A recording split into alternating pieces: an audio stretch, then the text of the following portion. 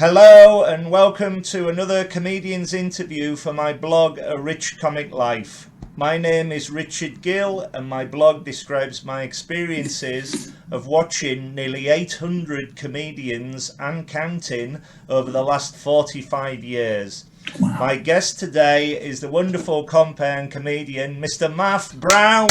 Oh, yes! Thanks, Rich. Hello! Proper welcome. Feels like How are you? Welcome. I'm very good, man. I didn't realise you'd seen 800 comedians. Wow. Yeah, since the 70s. Jeez, I bet you've got some great stories. Oh, mate. To you, well, not me. They're all in the blog. The first one I ever saw was Les Dawson with my mum and dad at Scarborough. And in the same year we saw Tommy Cooper, which was incredible. Yeah, amazing. And I just got the buzz for it. So anyway, never mind them. Thank you so much for doing this. I'm delighted you're here. And we're going to talk for about an hour, if that's okay, about your comedy career. So I'd like to go way back to the start and ask you, how did you become a comedian, please? Yeah, good question, really, Rich. It was something I always wanted to do. I just didn't really have the knowledge or anything to say, till I was about 30. And what actually happened was my career went into football. I played professionally and then I broke my ankle and then I went into coaching, and that took me up till about 29, 30 years old. Yes, I was got to quite a high level. I was managing in Singapore's S League. So it was it was a professional league. And I'd spent 15 years trying my hardest to get that job. And then when I got it, I loved it. But it didn't last very long, as it doesn't in football. You get the sack. And then about half a year into the contract, I got sacked, which meant they've got to pay off the rest of the contract. So in a way, it was a bonus. So basically, I came home with some money that meant I didn't have to work for about 18 months if I didn't want to. And at that point, I went, I don't want to be in football anymore. I want to be a comedian. Didn't have any idea how to do it. Didn't have any clue. Just went, I've been to the comedy store. I loved it. I remember going to the comedy store at 19 and going, I want to do that. Wow.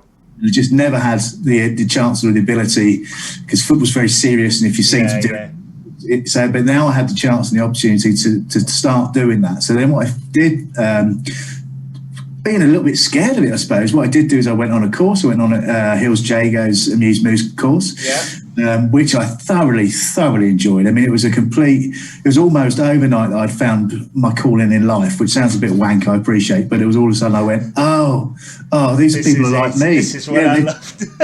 These people think the same way as I do. These people are desperate for other people's attention. These people have got massive egos. These people want to make people laugh. Yeah. And all of a sudden I found a whole new world, and I went, great. And then I sort of looked at it I looked at the industry as an analytical point of view. Right. I sort of went, hang on, sorry, Rich, my dog's barking, I'll be 2 seconds. No, you're all right.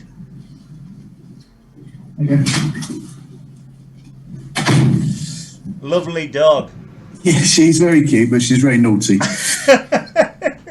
So to go back to where I was, I just went, how do I do it? So then I went on this course and I loved it. Logan Murray was the teacher. Yeah.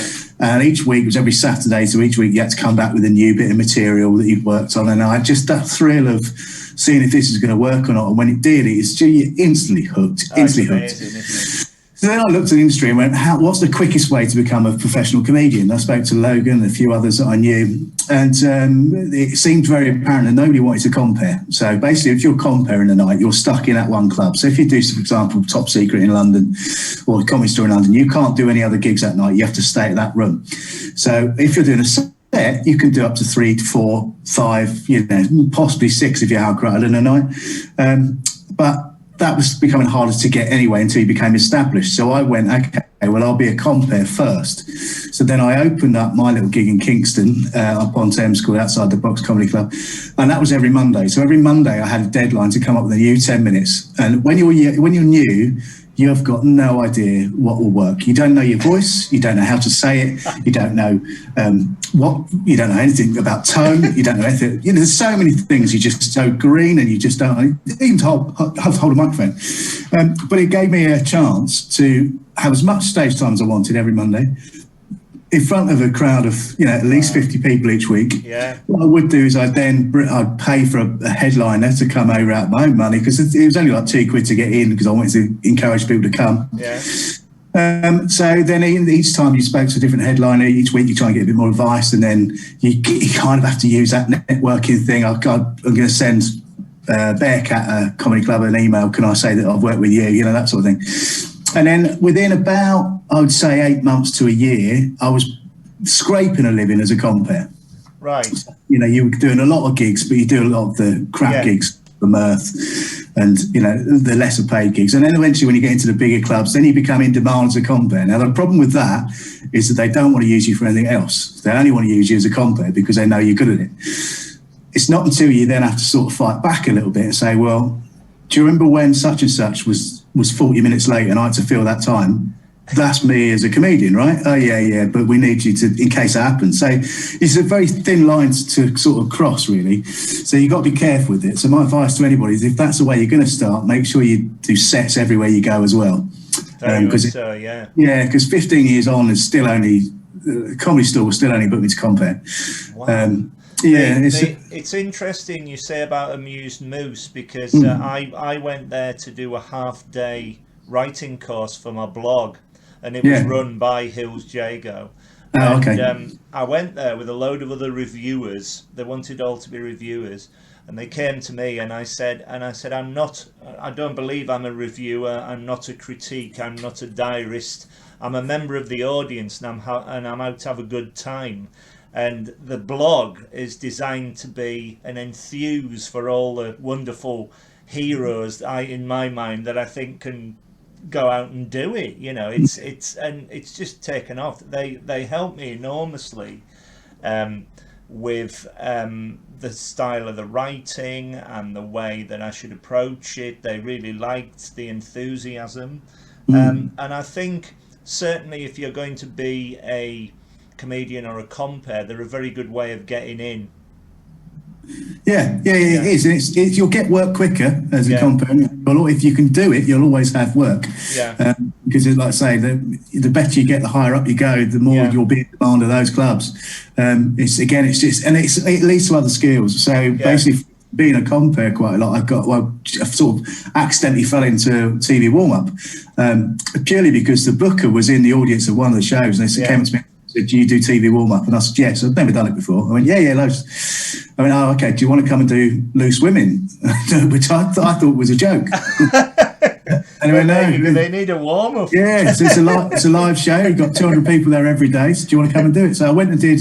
There's about 6 or 7 of us all went and did 3 days each. Wow. It's like being on a trial, as it were. Yeah. And me and another guy got the job, and we basically just did every other day between us. And it was the trouble with that is it was so well paid that you didn't have to do anything else if you didn't want to. So creatively, that's not the word, is it? Creatively, but creatively, I was sort of pushing myself to get to the next level because I was comfortable financially, and it was fun, and it was daytime, so it meant I had the rest of the night to myself if I didn't want a gig. And then what seemed to be happening is I just wasn't pushing on. I just sort of plateaued quite heavily. And then I became known as a warm-up guy, and I was getting offered loads. And then it was a bit of a weird sort of rumour about me that I was just a warm-up guy, when realistically I'd only done about 5 or 6 shows. I'd just done one consistently. Wow. Now I still do the warm-up for Mock the Week, and every now and again I get Have I Got News For You, but I don't do anything else now. The comedy club Outside the Box, was that your idea? Did you want to create a comedy club? Have you been comparing solely that for the last 15 years? No, there's a few questions there. I did want to have a comedy club because when I was at university, I went to Liverpool John Moores in 98. Right. And the comedy scene in Liverpool literally only just started. There was only one club. It was called Rawhide. And I was used to going to loads of comedy clubs in London. I used to go to what was called Big Fish at the time, which were all in the area there where my clubs are now. So that was the only option. So the only problem with that is that we only had one comedy club. They'd only have the same acts. So every other week it'd be the same acts. So after 3 weeks, I went, I've seen, and they didn't change what they were doing. The routines. So it became infuriating. And then I remember thinking, as I was watching this, I idea that I was actually going to open a comedy club, because at the time I was still in football. Right. But I remember just taking little bits of each thing, thinking that's a good idea, that's a good idea, that's a good idea. And then when I opened mine, I sort of got all those ideas together, and it just worked. You know, it just worked really well. The room, more than anything, you know, it's not necessarily me going, this is how we want the lighting, but the room itself was perfect for comedy. It is a perfect room, the Kingston. Absolutely, Fighting Cocks. So it was good for that respect. And it just sort of happened by accident. But then I had no idea that 15 years later I'd still be running it. It was purely for me to get good at it and become a professional comedian. And I've since sort of stayed loyal to it, because a lot of things I've got in my career have actually stemmed from that gig. Right. So working with Vic Reeves and Bob Mortimer, that came from that gig, because the bloke that was in the audience, who incidentally, he wrote the theme tune to Strictly Come Dancing with his business partner. Right. His business partner was married to the producer of Vic Reeves and Shooting Stars, basically. Wow. So they hooked us up for a meeting, and she said, do you want to come do the warm-up for Shooting Stars? I ended up writing on Shooting Stars. So, and everything that's come in my career, you could trace it back one way or another to that gig in Kingston. So that's why it's still there. Wow. I first saw Reeves and Mortimer on the Big Night Out tour in 1990. Wow. And Les, who was a wonderful character, the mute doctor, walked on. There was a step ladder on stage, and he had to fish for loaves. And if he caught one, the audience went bananas. I always remember sitting watching Channel 4 Big Night Out, thinking, I've got to watch the end of this. This is incredible. This is, and I've been a fan ever since. I think they're just magical together, both of them. Then it's such a delight to work with as well, because I mean, Bob's very, very giving. Yeah. You know, because so basically, what would happen is, you know, the True or False is on Shooting Stars. True or False. I always ended up writing quite a few of those, and what would happen is, in the downtime in the recording, instead of just trying to keep the ball rolling, I sort of included the audience into the show and sort of said, well, what we're going to do is, we've got 50 of these true or falses. I'm going to read them out. If you find it funny, it might go in the show. Nobody told me to do that. That was just me trying to A, get my jokes on the show, and B, fill the time as a warm-up. And Bob would come and listen. Bob would come and sort of almost stand next to me and laugh along with them, and then next thing you knew, it was in the show. So it's also about taking your chances. But Bob Mortimer is the funniest man in the world, by the way. Those days before the show recorded, I've never laughed so much in my life. I mean, I'd pay to be there. I saw Shooting Stars live with the Fast Show. Yeah. I thought that was amazing. I was at a recording of Shooting Stars at BBC TV, and I was on the front row, and I was laughing so hard, Matt Lucas couldn't continue recording. And it's just wonderful when I love spontaneity, and you never know what you're going to get next, and all of this, and they're just wonderful at doing that. Very true. So, to date, what has been your best and worst gig? Well, best gig. There's been it's hard to put your finger on just one brilliant gig. There was a couple of milestones, I suppose, and I supported Greg Davis once at St David's Hall in Cardiff, which I think is about 3,500 people. Wow. And it was breathtaking. It's a beautiful theatre, so when you go in and you look up, you just keep looking up and keep looking up and keep looking up, and they just keep going. It's amazing. And a wall of laughter just bang hits you in the face, and you're supposed to do 20 minutes. What would normally be a 20-minute set probably lasted about 8-9 minutes, because if the laughter was, there's so many people basically. Bang. And I remember getting about 12 to 13 minutes into it, just sort of stopping and looking. And then it would have been 15 seconds, but it felt like a lifetime. And then my knees started to tremble a little bit. That's fucking hell. That's I really, really thoroughly enjoyed it. And it was one of those ones you come off going. It suddenly dawns on you, though, that God, there's so many people here. Absolutely. And then the one also my favorite, one of my favorites was when Robin Williams, the Hollywood star, came and played Kingston. Oh, mate. It was phenomenal. It was I was sworn to secrecy that he wasn't coming down, and this was a time when the club had really taken a big spurt of a lot of famous people coming down to try stuff out secretly. Yeah. So people were paying, I think they're paying £3 to get in, and the bill on this night particularly, this was about, I don't know, maybe 8 years ago, I was comparing, Zoe Lyons opened. Wow. The middle section was Omid Jalili, Al Murray, then Robin Williams. Wow. and then Jeff Norcott had to close it. And Jeff Norcott was, his agent said, is it all right if he just turns up just for his stage time because he wants to go and watch AFC Wimbledon play? And I couldn't tell him why. I said, tell him he needs to come. I said, yeah, I know, but he's a big Wimbledon fan. He wants, all right, but I'm just telling you now, he should come. And Thank God he went. Well, he didn't. As Robin was walking out, Jeff walked in. Wow. Oh, mate. Oh, no. Yeah, and I said to him, I told your agent. I told your agent. I bet he was gutted. I don't know, but I think it's still a nice story for him. But it was so fun when I introduced Robin. That was incredible. Well, I went on after Al. And Al, bear in mind, Omid had done 10, Al had done 25. And then I said, look, we've got one more act in this section. He's American. He hasn't done stand-up for a while. He's just trying his hand at it again. Please welcome Robin Williams. Just like that, just nice and casual.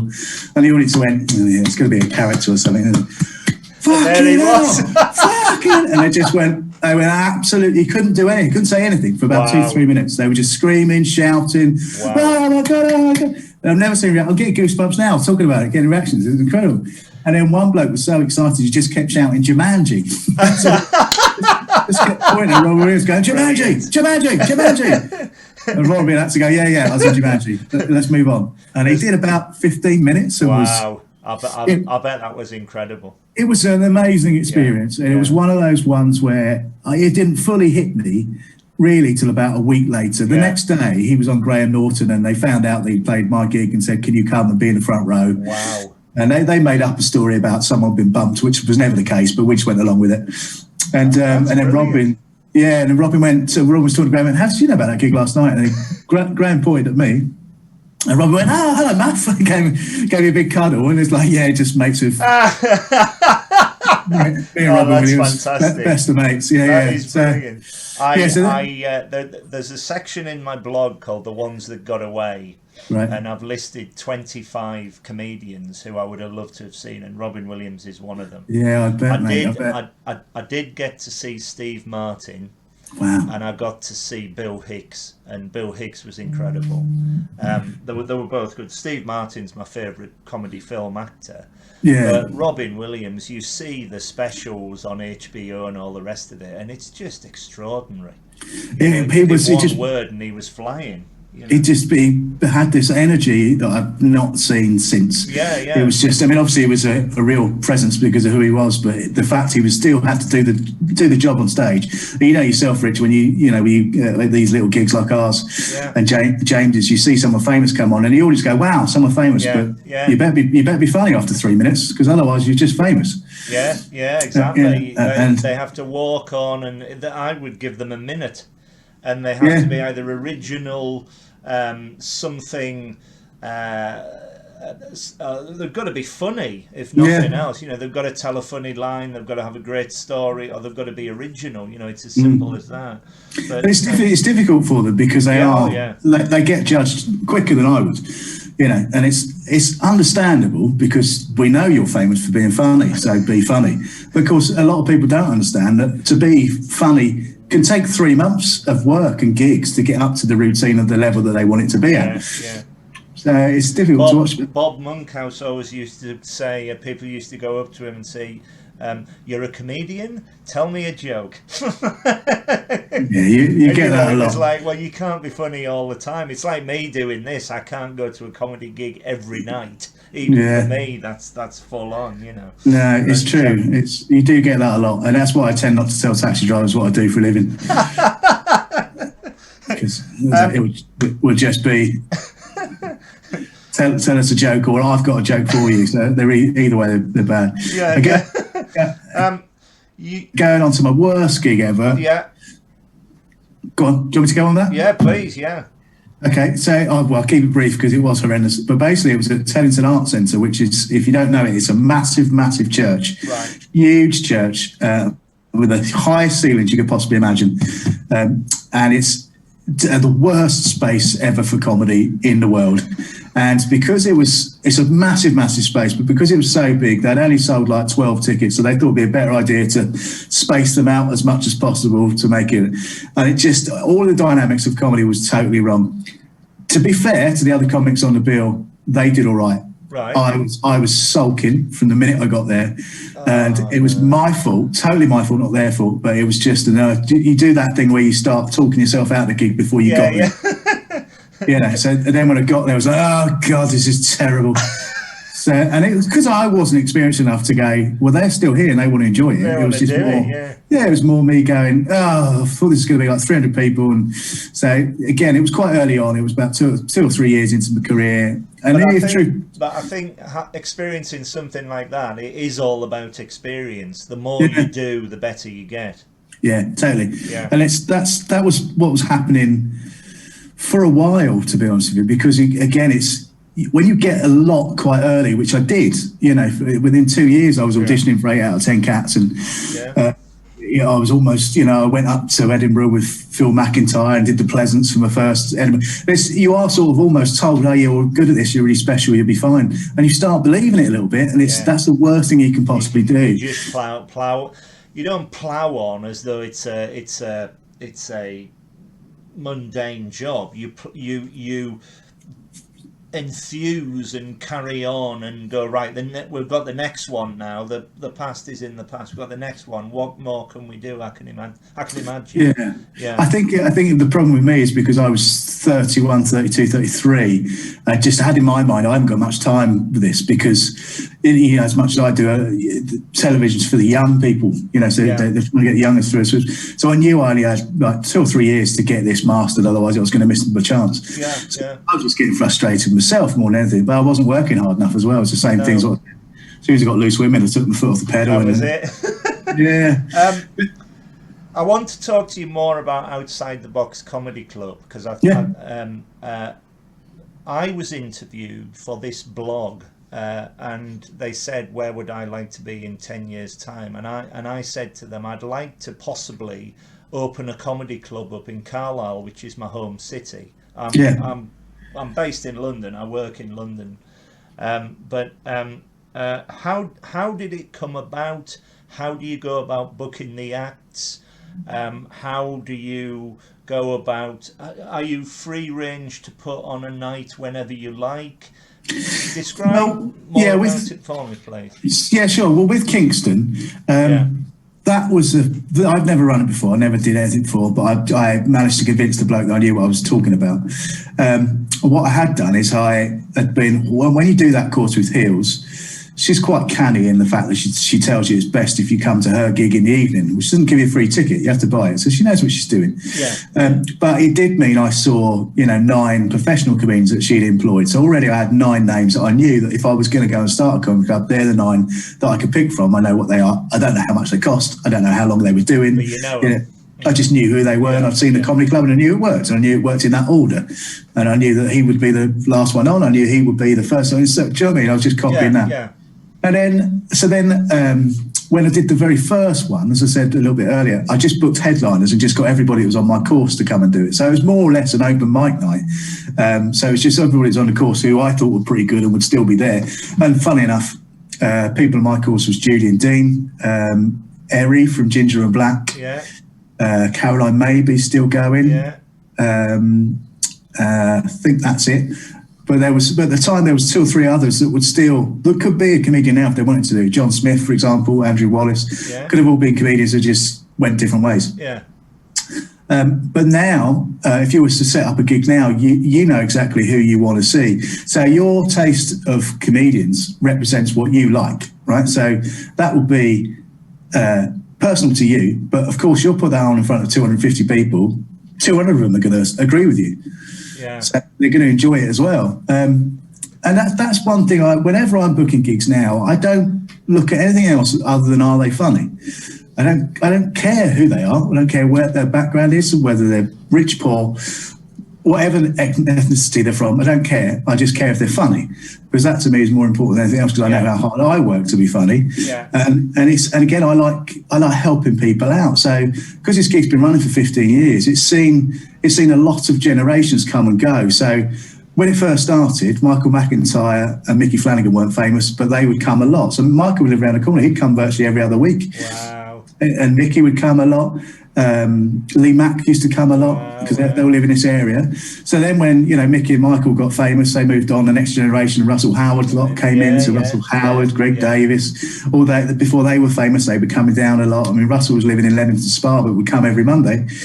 And then soon they grow up and they get on the telly and they move on, and then the next generation comes through. So like Romish and Josh, Joel, and that sort of. They all came through Kingston at the same time. Sean Walsh, and it's been a pleasure to be part of them and see them. I was going to say, you must be very proud of what you've achieved. It's surprisingly. It sometimes catches you off guard. So when it was 15 years, which I think was last year, I just put on Facebook, blimey, I've been running this gig for 15 years. Just a flippant comment. It wasn't like, hey everyone, look at me, aren't I great? It was just like, wow, that's gone quick. And then loads of people started commenting about certain gigs they'd been at and I didn't realise how important it was to other people. I thought it was just for me. It was just like, let's just keep doing this. It's fun, right? And comics love doing it. And there's been loads of audience members that have met their part. I loved it when I went. Absolutely loved it. It's as I say, it's a perfect room. The bill was fantastic. I loved every minute of it. And also as well, it's a bit similar to me with my blog. Another reason why I write the blog, I love watching comedians develop. So you can see them grow as they're doing more and more and more. I first saw McIntyre and Mickey Flanagan at Edinburgh doing little tiny rooms before they were famous, similar. And Harry Hill I saw 30 years ago, Alan Davis the same, And it's fascinating watching them grow and develop, and because being a compere of a major comedy club, that must be wonderful. Yeah, I mean, the trouble with it is that you become. We get regulars. We get probably, I would say, 56% of the audience come every week, regardless of who's on. Now, the problem with that is that they've heard everything I've ever said, and if they hear it twice, they're going, "I've heard this." I've got a friend like that. I go to so many comments. I've heard this. So it forces you to keep coming up with stuff. So, but then also, if you haven't got time that week, I still feel like I'm shortchanging the audience, because I don't just want to go, hello mate, what's your name, what you do, shit. I'd rather give them somebody else a chance to come and have a go and come and and the audience see a different flavour as well, and it's and also your tricks get discovered fairly quickly. When you're comparing, as you'll probably see from James, he's got little tricks that he does every week. People have never seen before. It looks like he's a genius. Whereas we all know there's just a trick that's up your sleeve. It's just one of those things. But they get to see your tricks, So it's you've got to. It pushes you. It is an amazing art form, comparing as opposed to doing a routine. What do you think makes a good compare?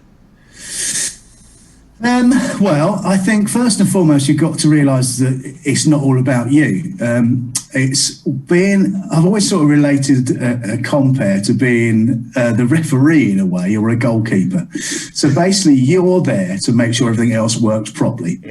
So if you've got an ego about yourself, lose that pretty sharpish, because it's not going to help the night. So you've got to basically, there's no real formula to it. There's no right or wrong way to do it. This is how I see it. This is how I do it. If I'm going to a new room that doesn't know me, first thing I do is establish myself as a comedian first. So I'll go on and I'll do 3 to 4, maybe 5 minutes of material that I know won't get much response because they're still freezing cold. When I've done that first 5 minutes, I now realise that they trust me. I'm comfortable. I've got some jokes. Then I can go in and start talking to them. I try now not to be as negative as anything when I'm talking to somebody. Again, for the example of what do you do for a living? I work in IT. Oh, that's fucking boring. Let's move on. it's funny, but that bloke feels shit. So my view is I don't want to make anybody feel shit, and I don't want anybody to feel uncomfortable. Of course, yeah. On behalf of them either. So you'll see another classic, massive mistake that people make when they're quite early on, particularly in Edinburgh. They'll see a child in the audience of, I don't know, 10 or 12. Right. And the first thing an inexperienced MC would do, we got a child in here. Straight away, you've made the whole room go on edge. Yeah. So now they're there judging everything you say by that child and their parent being there, right? So, and again, the first mistake they'll all make is, what's your favourite swear word? Stand up, say it to the microphone. And it just brings this real horrible vibe to nervy. Yeah, and that's it. Yeah. So the best thing to do is just ignore the kids there, because nobody else can see it apart from the person sat next to them. So basically your rules is that you're there to warm up the audience to get it going. So once you've got it going, it's at a level where another comic can come on and keep that ball in the air, keep the laughter as high as it would, then you get off and then you get the next one on. Yeah. Of course, you're also there to, if that person didn't do very well, you've got to bring it back up again. So you've got to be prepared to have another 3 or 4 minutes of quality stage time, material to bring it back up to where it should be. And it's difficult. I was going to say, you've got to know what you're doing, because to get that back up again could be quite tough. And comparing, like, the Comedy Store, for example, for the whole weekend, that is a lot of effort, because there's 2 shows on a Friday, 2 shows on a Saturday. You have to watch every comedian. You have to watch every interaction with the audience. You have to listen to what anybody else has found out about anybody else's job. So it's all those things that you have to be really aware of, so you can call back on and also use in your own, your own style of banter and stuff like that. And that's vital. So if you're not watching it, and I've made a few mistakes like that, particularly at the Comedy Store, where I didn't watch everybody, and all of a sudden I'm out of the loop on something when you've got that chance of calling it back, The first time I ever went to the Comedy Store was 1988. And the compere was John Maloney. Yeah. And the headliner was Charles Fleischer, American, who was never heard of again because he went off to voice Roger Rabbit. It was extraordinary. It was this very loud, funny voiced character. But I know what you're saying about the Comedy Store. They have an 8 o'clock show and a midnight show, so you have to be very wary of that as well. Yeah. And also just be aware of who's on the bill, because it's not like you do each other's material. That's not the point I'm making. You might have some, like, say for example, I've got a load of jokes about flying, and then the guy that's on after me, he opens a load of stuff about flying. You've got to bear that in mind, so you're not treading on each other's toes. Similar, you've got to be You're basically the one that's got to link everything together and not steal the show. The good thing about the Comedy Store is it can be a compares gig. You can be the star of the show, no problem, without trying, because it's one of those, they trust you first of all. Yeah. It's almost as if it becomes your gig, but it's but you've got to bear that in mind. And also, again, a mistake I made. I've got some stuff about going to Germany to do some gigs and having a go at the Germans. Well, not in a racist way, but just not in a particularly kind way. Yeah. I know what you mean. Yeah. without thinking, I was then introducing Hen and Ven. So right, of course, yes. I just thought, why isn't this working so well? And then I realised it's because they're here to see Hen and Ven. Yeah. So you've got all this to juggle as well as entertain the audience. Yeah. There's a lot more to it than people realise. Yeah, and you do have to be flexible. There's been times. In fact, again, sorry to go on about the Comedy Store. There was a time at the Comedy Store where the toilets were blocked in the early show, so nobody could use the toilet. So we had to get the show finished as soon as possible, so we could get them fixed and then do the late show. So we finished that show about 45 minutes early. And then we started the late show, managed to get it fixed, we started the late show, but nobody had told the last act the times had shifted. So I'm comparing, I'm going on in the last section, and introduce the first act, and then the open spot didn't turn up as well, which is very rare. And then I've said to them, well, where's the headliner? And they went, we're not here. So just go on, we'll give you a red light when they get here. So I then had to go on. I did another 40 minutes. Good grief. On top of already done about 25 to 30. You must have been shattered. It was, do you know, it was actually better for me because it meant I know I haven't got 5 minutes. I've got to take my time with this. So I slowed down a lot. I relaxed a lot more. I sat down a couple of times. You know, it was because I didn't know when they were coming. And honestly, I went, I might run out of material here. So I've got to take my time with this. And I've really, really, really enjoyed it. Good to the point where I wouldn't have expected to, you know, to the point where I want to do that more, you know, and it's like, okay. It reminds me of the story of how the two Ronnies were noticed because they had to ad-lib at the London Palladium because the other acts were on. And Bill Cotton was in the audience and he said, oh, these are really good. They're just ad-libbing, and they signed them up there and then. Wow. Amazing. Well, that's the thing, you never know. Yeah, you never know who's in the audience. Not know. And I think that's the beauty of live performance as well, because you never know what's going to happen. That's the magic of it. And that's one of the biggest bits of advice I'd give to anybody going to Edinburgh, especially when they're getting a bit fed up because they're only getting 5 or 6 in. Yeah. You know, don't worry about it. One of them could be the head of Channel 4. Yeah, exactly, yeah. You have to play every one of those gigs as if you're playing in front of the Hamilton Apollo. Yeah, too right. Let's move on to Edinburgh. Let's talk more about Edinburgh. I go to the Edinburgh Festival every year, and it's my holiday. I go for a week, and I see about 50 shows. I need a holiday when I come back. I see some. Yeah, that is harsh. What was your first Edinburgh Festival Fringe like? Can you describe it? Yeah, the first one, what year was that? That would have been 2007. Right. I think. Yeah, so basically me and Nathan Caton shared a free festival hour. Right. In the Counting House. So it's like a little 50-seater. Yeah, I've been. Yeah, it's great. And Nathan just...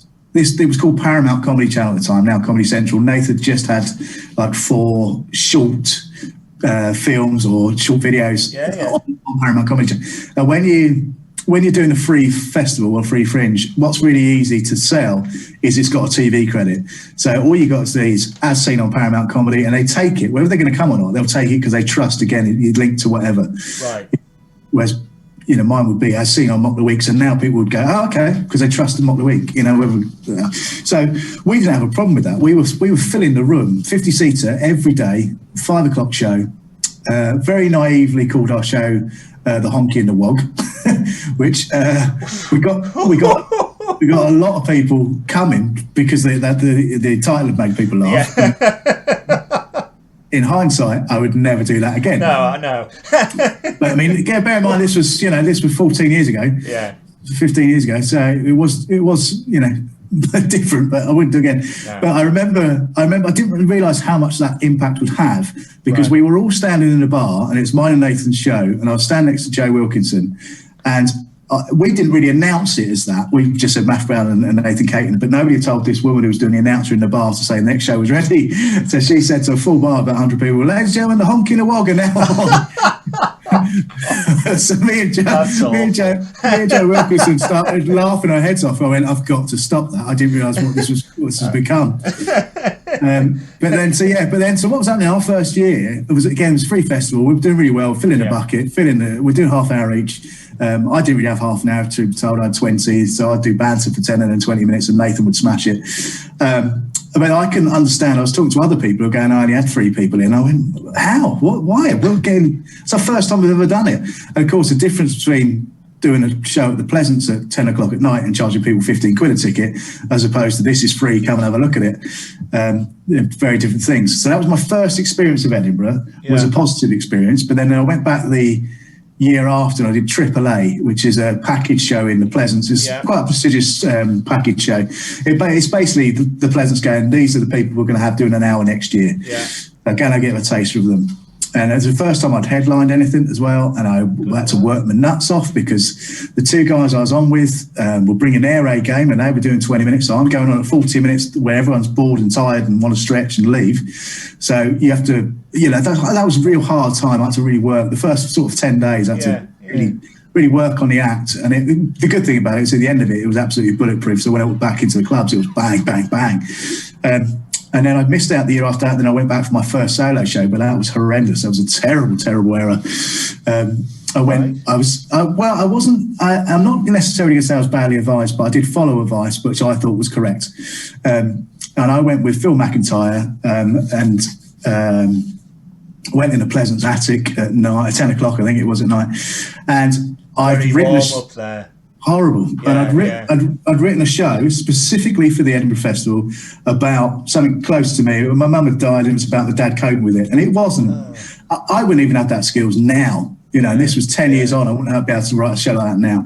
And so I'd written everything. I'd only done 3 previews before I'd got there. The show was rubbish. So after about a week, I just threw that away and just did material. But it was too late. The damage had been done. All the reviews were 2 stars, and Phil McIntyre pretty much went, "No, not this year, mate." No. But again, it's all experience. I think to be a better comedian, you have to go through that. Absolutely, and it made me realise just how hard I hadn't worked when I thought I'd worked hard.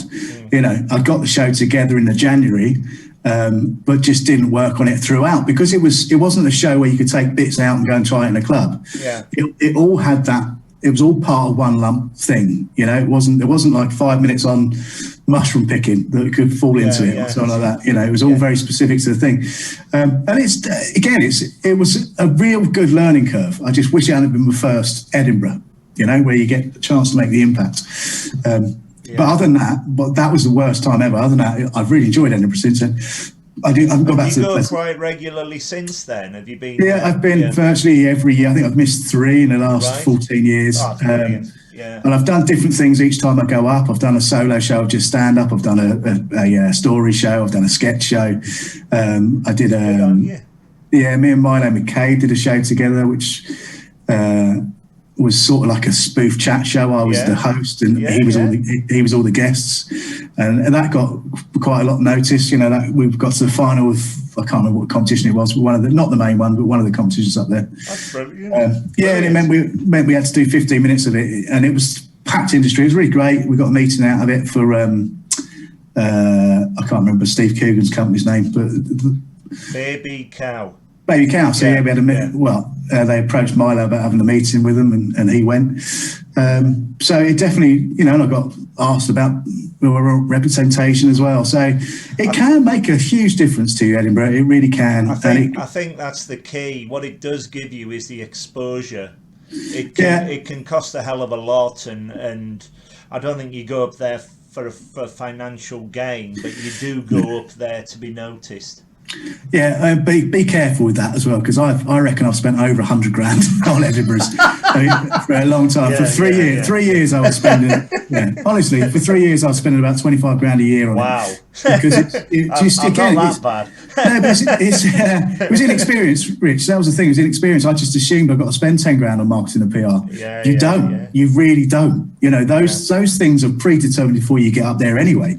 And so what if you've got a 2-minute interview on Edinburgh shipping FM? Yeah. Nobody's listening to it, and nobody's going to go, I want to go and see that show because of that. The biggest thing in Edinburgh. Exactly. The biggest thing in Edinburgh is make the show as good as you possibly can, and let people talk about it. If you think you're as good as you're going to be, then spend the money on the marketing. But it's a bit of a risk until you've got something that you're really, really proud of. Don't bother with any of that shit. They'll find you. Let's move on to more about your warming up a TV audience. Mm-hmm. As you say, you've written for Shooting Stars and Mock the Week. And most recently, I saw you on the panel of Mock the Week because one of the guests couldn't be there, and you miraculously stood in and were absolutely brilliant, if I may say so. No, thanks, mate. I appreciate you saying that. How did that? How were you feeling when they asked you, "Come on and do it"? Well, I got about 20 minutes notice, so they told me it's 6 o'clock. Wow. We start, as the warm-up, I go on at 20 past 6. I then hand it on to the producer who does 5 minutes, who then hands it to Dar, and then we start the show at 6:30. So at 6 o'clock, they said to you, knocked on the door, went, you're going on. I knew that there was a possibility of this. I've been, for the last 2 years, I'm what they call the sub, I suppose. So I'd prepare as if I'm going to go on the show each week. Yeah. So you weren't completely blind. No, but I wasn't. I'll be honest with you, I haven't put as much effort in until this series because obviously with the COVID, they phoned me up, I don't know, 2 or 3 months before, said, look, you're going to get on it. So you don't mess your chance, basically. That's what they were kind of saying. And this was a fifth week in. So for the first 4 weeks, I'd worked so hard and felt a little bit sort of demoralised that nothing was going to happen. So that week in particular, I did most of the prep, but I didn't prep the news bit. What, right. So, I mean, normally when you watch the show, the news bit's only about 3 minutes of the whole show anyway, and there's 7 people trying to talk about the news, so it's not a massive. You won't be missed out on the show a great deal because I was still doing the stand up and the scenes and the answer is and picture rounds. So there's loads in there, so it didn't really matter that much. I just was annoyed at myself for not having it. But anyway, so the first week they phoned me up. And my call time, which means the time you need to be there, is normally 5 p.m. And they phoned me up at midday on the first one, said, "Can you get here now?" I'm just having my lunch. But they didn't tell me why. They just said, "Can you get here now?" So I'm like, right, well, obviously he's going on the show. So I drove from my house at the time was New Malden to Elstree, which is about an hour. Just the whole time thinking, fuck, I'm getting on the show, They get a bit more nervous, a bit anxious, but good nerves, Yeah. And then when I got to the studio, they went, "Oh yeah, you know how to use Zoom, don't you? Can you just show us how to do this bit?" I was like, fucking hell. Come on, guys. And then when I got the chance, like I said, it was important to be ready for it, and I've been ready for that for years. I know it sounds a bit Rocky Balboa. You were superb on it. I was laughing out loud. Thanks, mate. Really, it was great, and you had to go up and do your little comedy bit as well in the show. You weren't just sitting on the panel. You were one of the 2 that were chosen to go up and do the comedy. Which again, the routine was excellent. Thanks, mate. Yeah, again, it's just stuff that you have in the back pocket anyway. And stuff that you do on a comedy clubs. But it was a pleasure. What I really wanted to do was one joke. I was desperate to get on telly because I knew I'd written it 4 or 5 years ago, and it's such a great joke. And a lot of comics go, "Well, I wish I had that joke," and I have seen people nick it and bastardise it. So I was so pleased to get that one joke on the telly. That was a protein shake joke. But now I can put it to bed. I haven't done that joke since, to be honest with you. Because it's one of those ones that everybody that was messaging me on Twitter that after it had been out on the telly was all about that joke's amazing. So it's dead now because everyone's going to go use that joke as their own. So it's going to be one of those full circle ones where if I say it, people go, "Oh, you've nicked that off the telly." It's actually mine, but it doesn't matter. But it's good though. It's good that it's out there. You just have to get it out there. It's gone now and just come up with another one. Yeah. So what ambitions do you have, if any, as a comedian? You've got a successful comedy club. You've been on TV. Would you like your own TV show? Yeah, definitely. I mean, that's always been the case. So I'm quite obsessed with the late night shows in America. I love David Letterman, and I always wanted to have a David Letterman style show. That was all the case. And about 10 years ago, I made a very quick pilot of me interviewing Stephen Merchant. I paid for it all myself. It was like $3,000. Steve was great. Brilliant. Everybody did it for cost of not normal cost of what they do it for. They did it for mates rates. And it looked amazing. It came out great. But again, because I didn't have a producer, didn't know what I was doing, there were so many mistakes when you look back at it. But that's okay because it's there and it exists.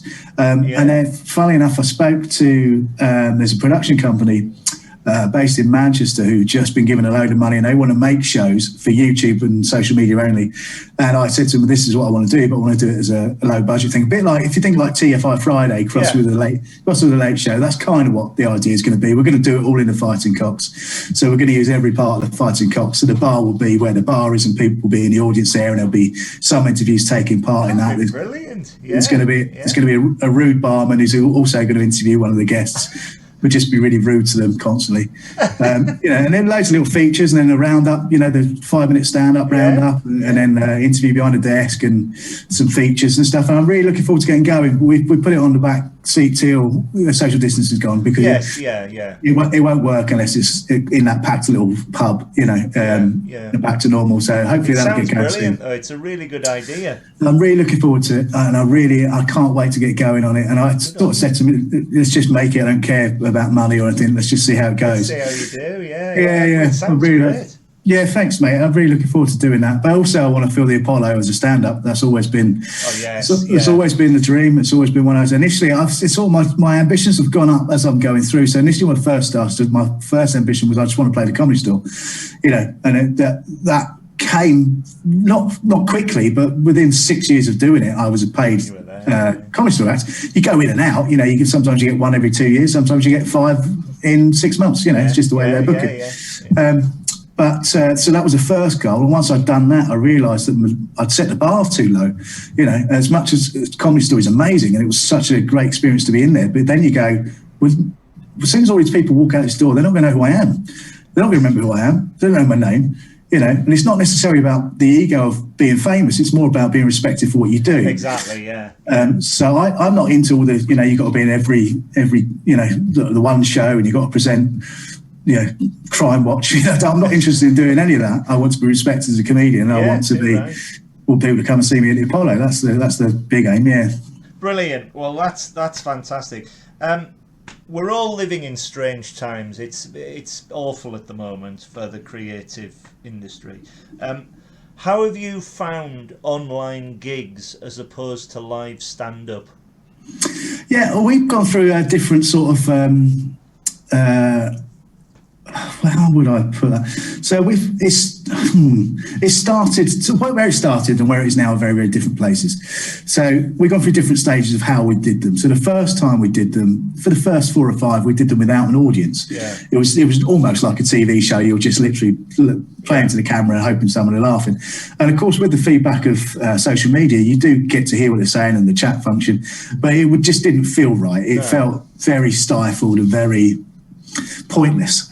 And then speaking to James Gill, he said, well, we have a front row. So, no, was that involved? And he explained it. Yeah, exactly. Yeah, you're one of them. And then explained how that works. And then we tried that a few times. And Tim, who texts for James, started with us. He was working with us before. James gave him a proper job. We were just giving him bits and pieces to do. So Tim set it up for us as well, and then he worked out how to manage the audience, to mute the people that keep talking to their dog or whatever. And it's different. It's a different skill. Again, that's where the warm up and the comparers come into it, because you'll see a lot of comedians that are so script driven. They don't ad lib at all. Certainly don't talk to the audience. So those kind of acts still work, providing you don't get thrown by someone's microwave going off in the background. And it takes. I've got to be honest. I'm good with it, but it takes a while to get used to them, and it takes a while to. Sometimes you'll say something that is a belter of a joke, and it gets nothing. And the reason being is because someone in that screen over tea or something. Someone that screen over there has sneezed, and it's taken 3 seconds out of your dialogue, and that 3 seconds was so important. So you just got to be prepared and think on your feet a lot more than you did before. But in terms of getting a rush out of them, you do still. I did last Friday. No, it wasn't. It was last Thursday. Last Thursday we did one for Sonic Mill Theatre, which is one of the theatres we normally use, and it was one of the best gigs I've ever had. Because they were all so. It's the first time they'd seen it. They were all really up for it. They really enjoyed it. We had Milton on, who was closing it, but they were so lovely and willing and happy for it to work. I think as well, you've got an audience that so want to be cheered up because they're at home, they can't do anything. And a lot of comments that helps enormously. Yeah, and a lot of comments were similar to that, Rich. They're saying that there's only so much Netflix and telly they can watch, and it felt like an event. It felt like a gig. It felt like they were involved in it, and it was live, and it's happening right now. I don't know how I would get through lockdown without this. The online comedy shows. I absolutely love, but for me you can't beat live, but this is the best substitute for that. Closest you're going to get. Certainly when I first started going to them, you're right, there was no audience audio at all, And I was just laughing at four walls silently. I thought I was going to get taken away. But as soon as they opened it up, I thought, this is wonderful, you know. So, and it does make a big difference. Whoever's tech in it makes a huge difference, because if they can get who you're talking to on the screen at the same time, or put them on whilst you're talking to them. You know, those little Tim things. is brilliant. He really is. Such a good lad. I'm gutted I've lost him, to be honest with you. But Sean has taken over. He's good, and he's figuring that bit out. It took Tim a while to get to, but he's brilliant at it. But it's just the hearing the audience laugh, I think, is vital on them. Oh, without a doubt. Just chatting to them as well, like this, you know, if somebody's there, you're talking to them, you know, but the laughter is extraordinary, because I always say I've got a trademark laugh, obviously, but it's not just me, and that's wonderful to see, and to hear the others laugh on that front row is extraordinary. And also it is keeping your skills sharp, because I was talking to the guy that compared on Saturday. Is excellent, and you'll know him, and he is excellent. I'm not going to name him, but he's brilliant. He's one of my best mates. But he made a few mistakes, and because of that, the gig took a turn.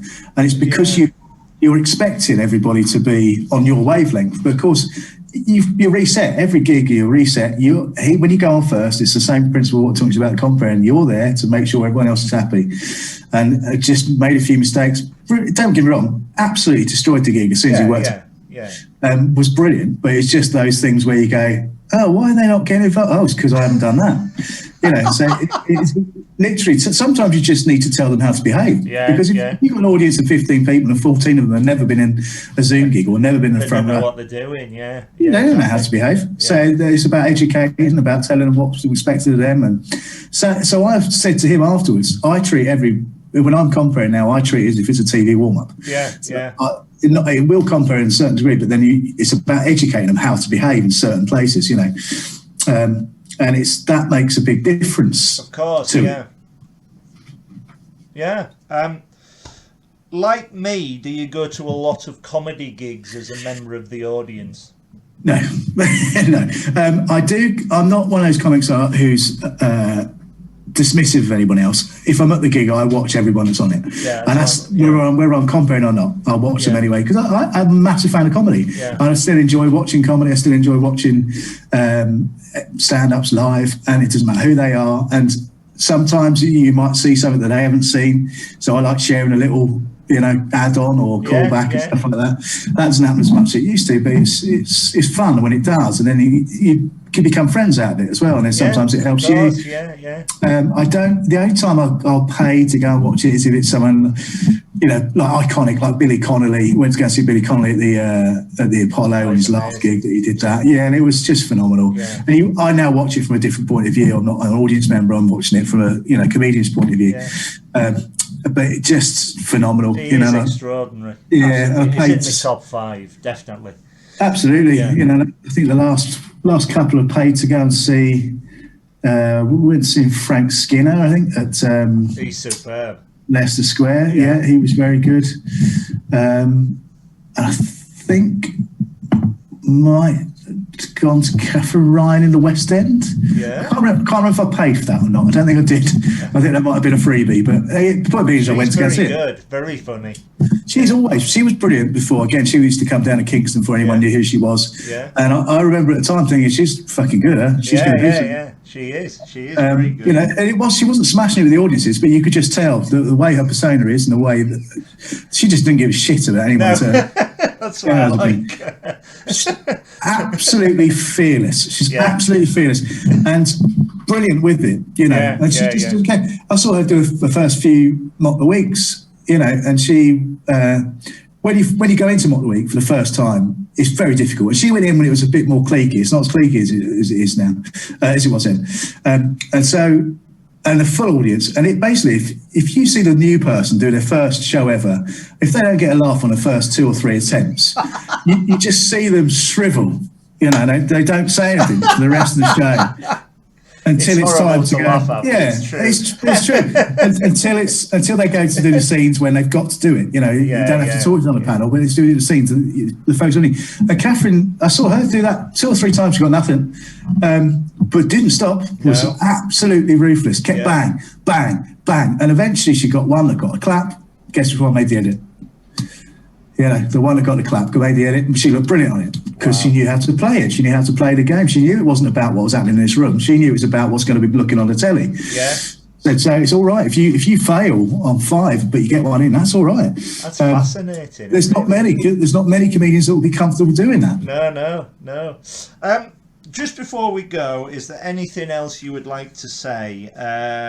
Any writing? Any the online gigs? Obviously, outside the box. Where can people find you on social media? That sort of thing. Yeah, well, social media is all at Maff Brown. It's MAFF Brown. Yeah. At Maff Brown. And yeah, the gigs that we're doing every Friday and Saturday at the moment, which is outside the box comedy.co.uk. We are doing a charity gig this Thursday, which for Love Kingston and their charity foundation. And all the tickets are only £6 anyway. So even if it's shit, just pay for charity. Well, I'm going to be there, my friend. Thanks, mate. I will come along very, very soon. Probably this Saturday, actually. Okay, so we're not actually on this Saturday. Sorry, I made a mistake. We're here Friday. Well, there isn't one this. It's Thursday and Friday this week, and if it's every other Friday and Saturday. So because we're doing the charity gig, we moved it to the Thursday. Oh, the Thursday. Well, yeah. I wish you every success. I've so much enjoyed talking to you. I Likewise, really Rich. have. Thank you so much for this. Absolute pleasure. Well done. Thank you for doing it. It's real pleasure to talk to somebody who really cares about comedy. And, your history for however long you've been watching it is fascinating. I'd love to read about that as well. So I'm going to have a look at your blog, mate. So thank you very much. Thank you, mate. And all the best to you. Likewise. Take care.